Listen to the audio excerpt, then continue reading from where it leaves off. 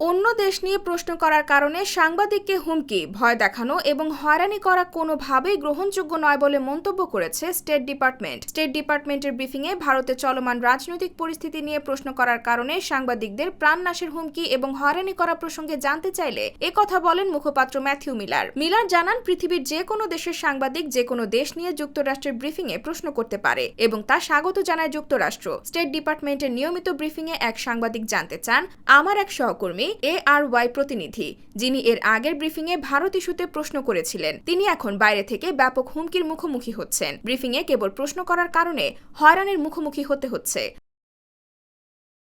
ওই সাংবাদিক আরও বলেন, প্রশ্ন করার কারণে আমাকেও সামাজিক যোগাযোগ মাধ্যমে হুমকি মোকাবেলা করতে হচ্ছে, এমনকি প্রাণনাশের হুমকিও দেয়া হচ্ছে। তারা এখন সাংবাদিকের দেশ নিয়ে প্রশ্ন তুলছে। এই ব্রিফিং রুমে কোনো দেশকে নিয়ে প্রশ্ন করার ক্ষেত্রে কি একজন সাংবাদিককে সেই দেশের জাতিগত কিংবা সেই অঞ্চলের অধিবাসী হতে হবে, এমন কোনো বিধিবদ্ধ নিয়ম কি রয়েছে?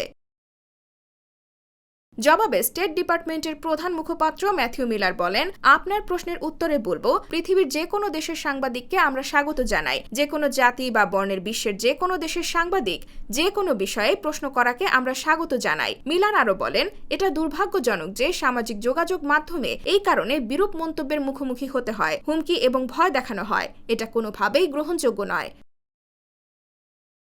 IBTV USA, new York.